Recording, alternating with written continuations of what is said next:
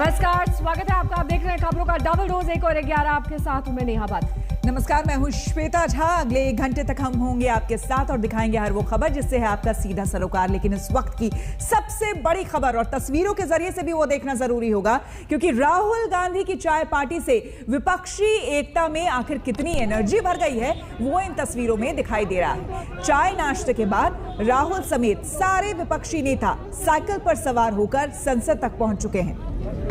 संसद में आज भी हंगामे के साफ आसार हैं। बीजेपी की बैठक में खुद प्रधानमंत्री ने संसद में शोर पर फिक्र जताया है और कहा है कि सदन ना चलना जनता का अपमान है और सदन में लगातार विपक्ष का काम रोक रहा है।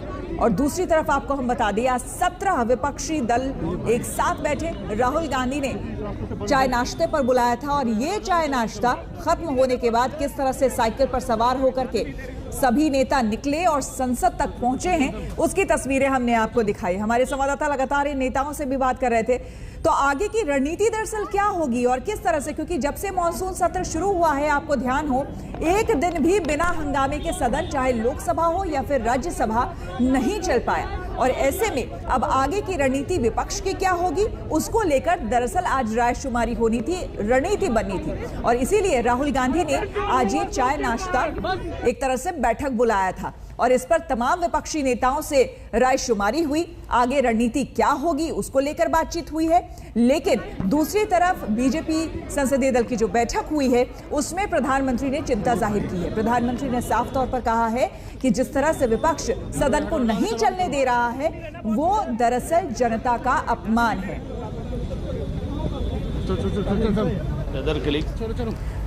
और लोकसभा और राज्यसभा में कार्यवाही शुरू हो गई है एक बार फिर से, और हंगामा और हल्ला भी आप साथ ही में सुन रहे होंगे। Nikhil Khadke and doctor Bharati Pravin Pawar ji 201 on the table of the house the papers. माननीय अध्यक्ष जी, उत्तर सभा पटल पर रख दिया गया है। धन्यवाद अध्यक्ष महोदय। मैं आपके माध्यम से मंत्री जी से जानना चाहती हूँ, जो प्रधानमंत्री फसल बीमा योजना जो हमारे प्रधानमंत्री जी ने किसानों के हित के लिए बनाई है, लेकिन महाराष्ट्र में पिछले 2 साल से अभी तक किसानों को इसका फायदा नहीं हुआ है। जबकि कई बार हमने महाराष्ट्र सरकार को चिट्ठी लिखने के बाद भी अभी तक महाराष्ट्र के किसान, खास करके हमारे जलगांव और बुल्डाना जिला में अभी तक कई किसान इस बीमा योजना से वंचित है। तो मैं आपके माध्यम से मंत्री जी से जानना चाहती हूँ कि कब तक किसानों को इसका लाभ मिलेगा, क्योंकि कई बार हमने इसकी शिकायत करने के बाद राज्य सरकार केंद्र की तरफ बताती कि केंद्र की तरफ से हमें पैसा नहीं मिला है, इसकी वजह से हम भुगतान नहीं कर पा रहे हैं। धन्यवाद।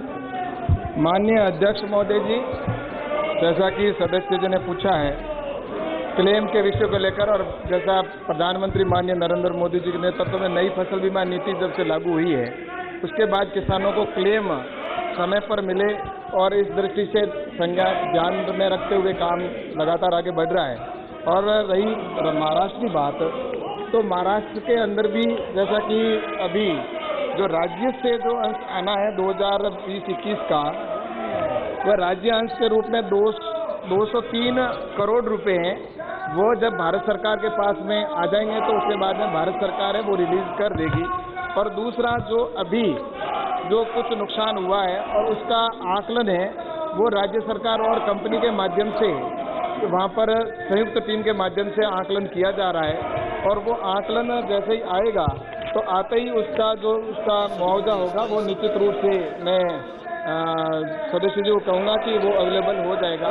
और कुल मिलाकर विषय है कि अभी जो वहाँ पर पेंडिंग है वो राज्य सरकार का अंश जो बाकी है वो आते ही भारत सरकार है वो महाराष्ट्र के जो किसान हैं उनको क्लेम उपलब्ध करवा दिया जाएगा।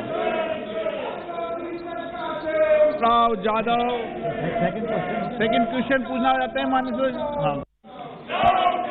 सर, इसमें जब भी बीमा निकाला वक्त हो गया है शतक आज तक का।